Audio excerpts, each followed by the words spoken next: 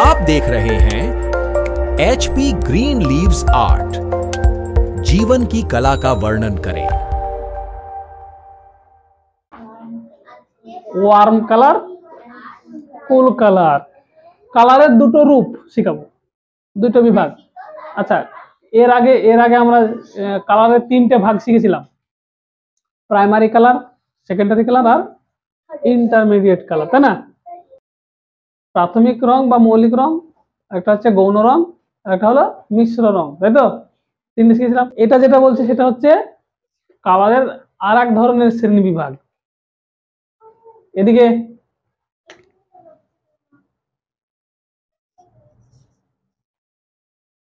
কালারের দুই ভাগে ভাগ করে দিলাম। এখানে বাংলা লিখে দিই র, অনির্সার রং হলো। একটা হচ্ছে উষ্ণ কালার, উষ্ণ রং, আর একটা হচ্ছে শীতল রং। এই উষ্ণ রং আর শীতল রং খুবই গুরুত্বপূর্ণ জিনিস। গল্প না, উষ্ণ রং আর শীতল রং খুবই গুরুত্বপূর্ণ জিনিস। যেখানে যেরকম রঙের ব্যবহার, সেখানে সেটা না দিলে কিন্তু ছবির আসল রূপ ফুটে উঠবে না। সুতরাং তোমাদেরকে এটা জানা দরকার আছে। উষ্ণ রং মানে কি বললাম? রংটা গরম হবে আর রঙে হাত দিলে পরে পুড়ে যাবে হাত, তাই তো? তা না, এটা হচ্ছে অনুভূতি। শীতল রঙে হাত দিলে যে ঠান্ডা লাগবে তা না, এটা শুধু মনের অনুভূতি জাগবে। কোন একটা রং দেখা মাত্রই ফিলিংস আসে মনের মধ্যে, ঠিক আছে?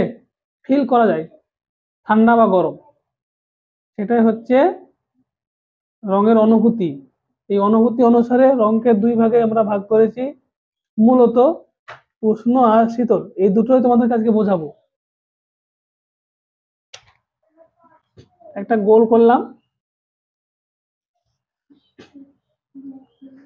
আচ্ছা, এখানে লিখলাম লাল,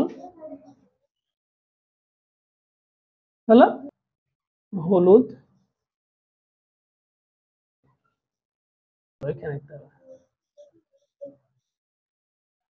এই যে এই এই এই এটা এই তিনটা রং কি বলেছিলাম উৎপত্তি অনুসারে? এটা প্রাথমিক রং, তাই না?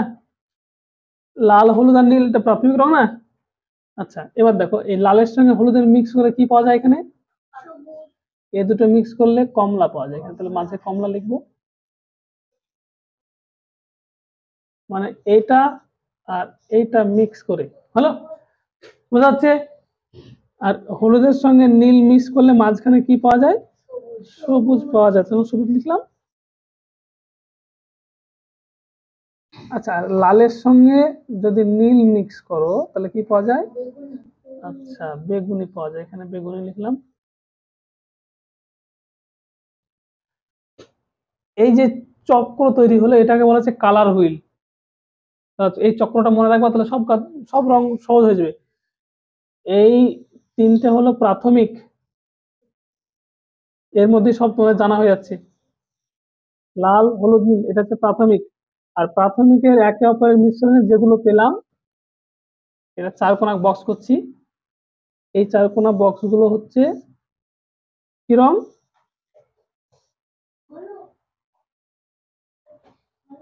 কি গো? Secondary colour. এই যে লাল, হলুদ, নীল, এটা প্রাইমারি কালার। আর এই লাল হলুদকেই একে অপরের সঙ্গে মিক্স ঘটিয়ে যে তিনটে পেলাম সেটা হচ্ছে সেকেন্ডারি কালার। এর মধ্যে পেয়ে গেলাম। এবার আমি এখানে আইডেন্টিফাই করব কোনটা শীতল আর কোনটা উষ্ণ। আচ্ছা, খুব সিম্পল, দেখো এই যে লাল আছে না, লাল আছে তো? এই লাল থেকে শুরু করে এইখান থেকে শুরু করে একদম সবুজের আগে পর্যন্ত এই তিনটে হচ্ছে উষ্ণ কালার।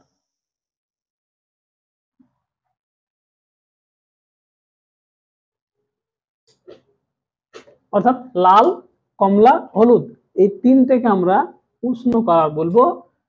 আর বেগুনি, সবুজ আর নীল শীতল কালারের মধ্যে পড়ছে। তার মধ্যে সবচেয়ে শীতল হচ্ছে এটা, ব্লু। সবুজ, নীল আর বেগুনি এই তিনটে শীতল কালারের আন্ডারে পড়ছে, বোঝা গেল? আর এই যে তিনটে কালার, এটা উষ্ণ কালারের আন্ডারে পড়ছে। তার মানে কি, হলুদ, লাল বা কমলা এই তিনটে কালার যদি কোনো জায়গায় করে থাকে কোনো জায়গায়, তাহলে ওটা আমার দেখলে পরে আমাদের গরমের ফিলিংস আছে। অর্থাৎ ধরো গ্রীষ্মকালের ছবি একবার, গ্রীষ্মকালের সাবজেক্ট দিয়েছে, হলো, তাহলে গ্রীষ্মকালের ছবি যখন আমি ফোটাবো তখন আমাকে কোন কালার বেশি ব্যবহার করতে হবে? এই কালারগুলো ব্যবহার বেশি করতে হবে, তবেই গরম হিটটা প্রকাশ হবে। তাহলে কম্পিটিশনে যদি কোনো সাবজেক্ট দেয় যে গ্রীষ্মকাল আঁকো, তখন তোমার জানা থাকলো এই তিনটে কালারকে বেশি ব্যবহার করতে হবে, হলো? হ্যাঁ, তার মানে এগুলো ব্যবহার হবে না তা না, এগুলো ব্যবহার হবে, কিন্তু ওইগুলোকে বেশি ব্যবহার করতে হবে, বুঝা গেল? যেমন মাঠের মধ্যে সবুজ মাঠে হয়, সবুজের জায়গায় তোমাকে হলুদ ব্যবহার করতে হবে। ঠিক আছে, মানে খাখা রৌদ্র যদি পড়ে মাঠে, তো মাঠে ঘাস থাকে? ঘাস থাকবে না, সেখানে মাটি বেরিয়ে যায়। মাটি মানে তো ইয়েলো কালার, ইয়েলো, অরেঞ্জ, আর অরেঞ্জের সঙ্গে হালকা রেড মিশিয়ে একটু ব্রাউন করে, ব্রাউন আর ইয়েলো মিশিয়ে তোমাকে মাঠের মধ্যে করতে হবে, বুঝা গেল?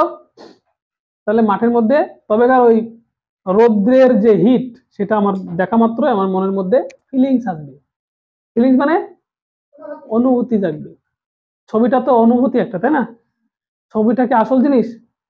আমরা যেটা দেখি ছবি, এটা কি আসল, রিয়াল?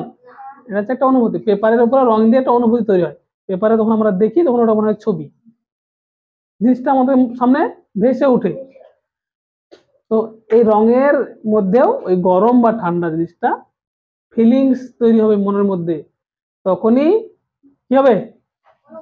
অনুভূতি হবে। আর অনুভূতিটা যত পারফেক্ট হবে তত ছবিটা ভালো লাগবে দেখতে, তাই তো? এখন গরমকালের ছবি দিয়েছে তোমাকে আঁকতে, তুমি যদি ব্লু কালার দিয়ে দাও, তাহলে ছবি দেখা মাত্র যে দেখবে তার মনের মধ্যে ঠান্ডা শীতল অনুভূতি হবে। তাহলে গ্রীষ্মকালের গরম অনুভূতি তার মধ্যে হচ্ছে না, তখন কি আসবে?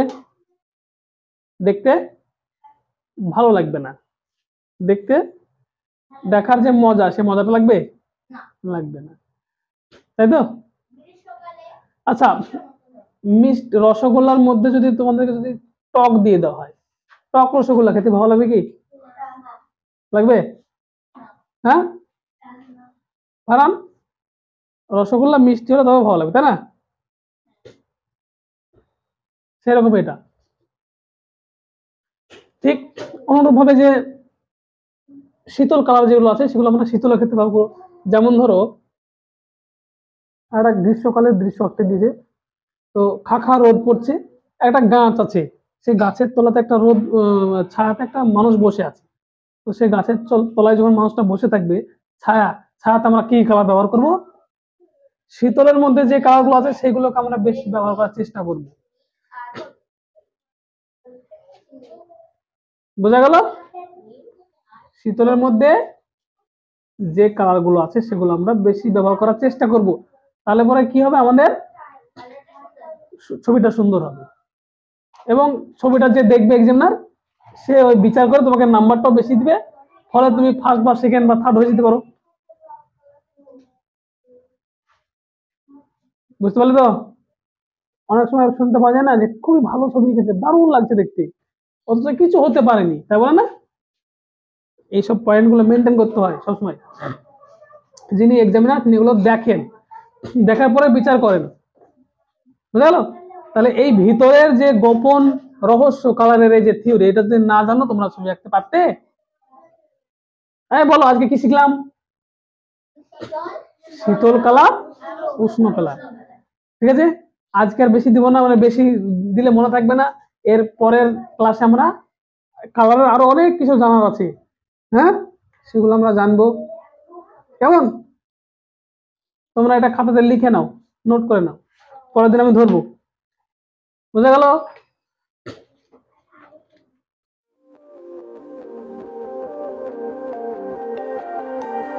आप देख रहे हैं एचपी ग्रीन लीव्स आर्ट जीवन की कला का वर्णन करें।